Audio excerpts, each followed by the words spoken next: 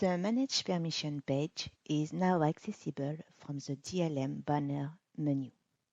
It displays a list of users' permissions according to the rights of the authenticated user. Your own permissions are the key to display a permission list. If you have full control access, you can see the whole list of users' permissions, like I have now. On the opposite, if you have limited access, you may not see the Manage Permission icon. How do you know which permission you have to see them? Just click on your account and click on My Permissions.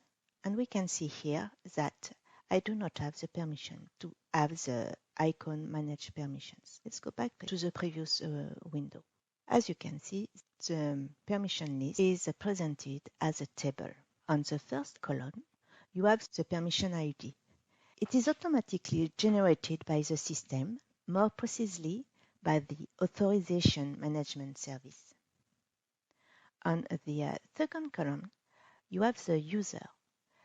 It represents either a user's email address or a group name. A user's email address or a group name. We can distinct them with an icon next to the username. So here there is a group icon, and in front of a user email address, you have the user icon. On the third column, you have the data space, which represents any internal data space. On the screen, we have staging SIS-CC reset or staging SIS-CC stable. We can see this on the left part. I will come back in a few minutes.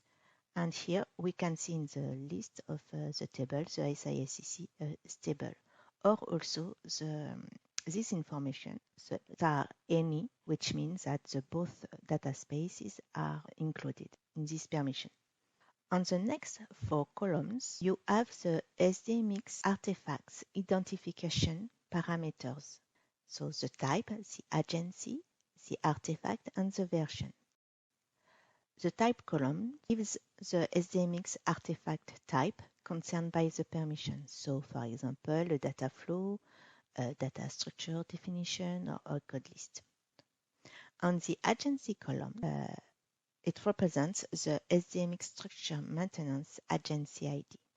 You can see here, for example, we have a LU1 agency.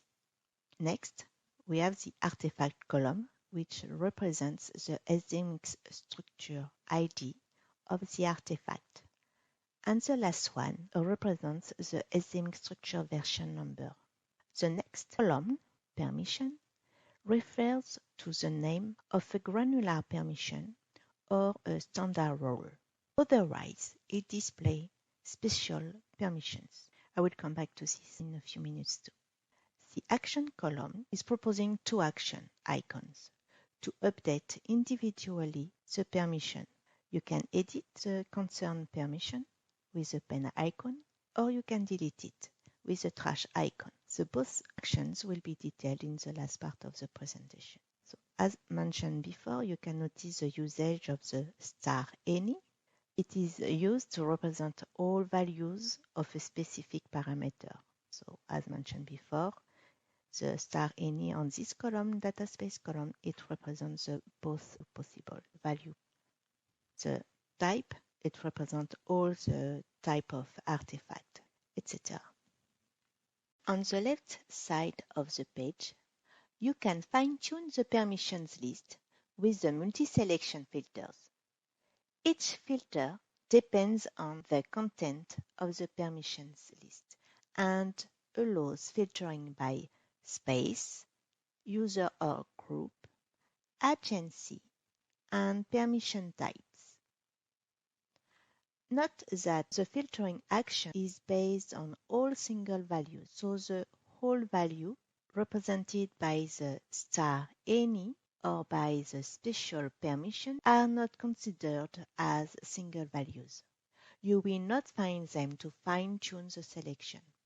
So I will do an example for you. I will select the space, SIS-CC reset, and I will select an agency, and that's it. And normally we reduce the list from 120 to 16 permissions.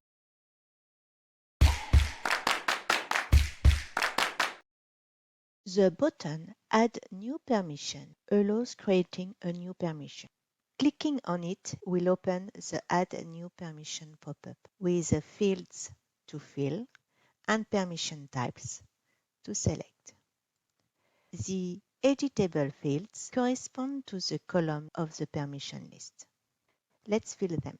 So with the user email address for the user field, and we will select in the data space the staging SIS-CC reset, followed by the data flow artifact type and its agency ID with artifact ID df_test and any version for this artifact. This is followed by the permission. The permissions are listed on two tabs, the standard roles and the granular permissions.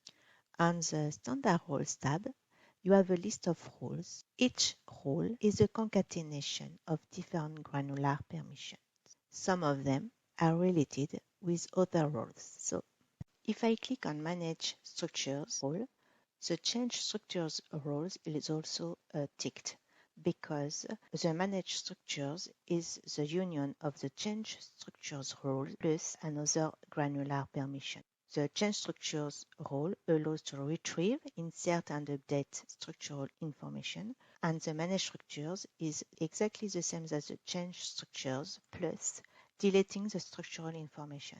And we will see in the granular permissions that all the granular permissions concerning the structures have been ticked. The read structure to retrieve the structures, the insert structures, the update, and the delete structures. In our case, we do not want that the user is deleting and inserting new structures. We just want on this permission that the user is able to update the structure and also to read embargoed data of the data flow.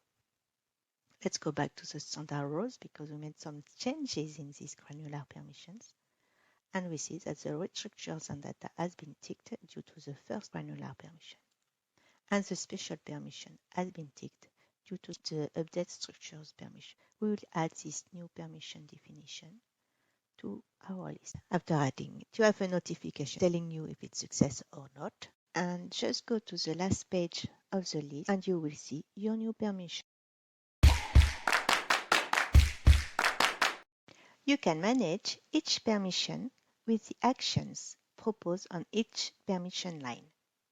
Either you edit the permission to update the definition of the permission with the pen icon, or you remove the permission with the trash icon. When you edit the permission, the fields are fixed. Only the permission can be updated. Let's do it with our definition. We'll remove the update structure, we'll go back here, and in fact we will accept that the user, this account, can manage the structure entirely. We click on Edit Permission, and we have the successful notification of the action. Now, to remove the permission you do not want to keep, you just have to click on the trash icon. So I will do a cleanup. Delete, delete, and as you noticed, we can delete one permission at a time, not several at the same time.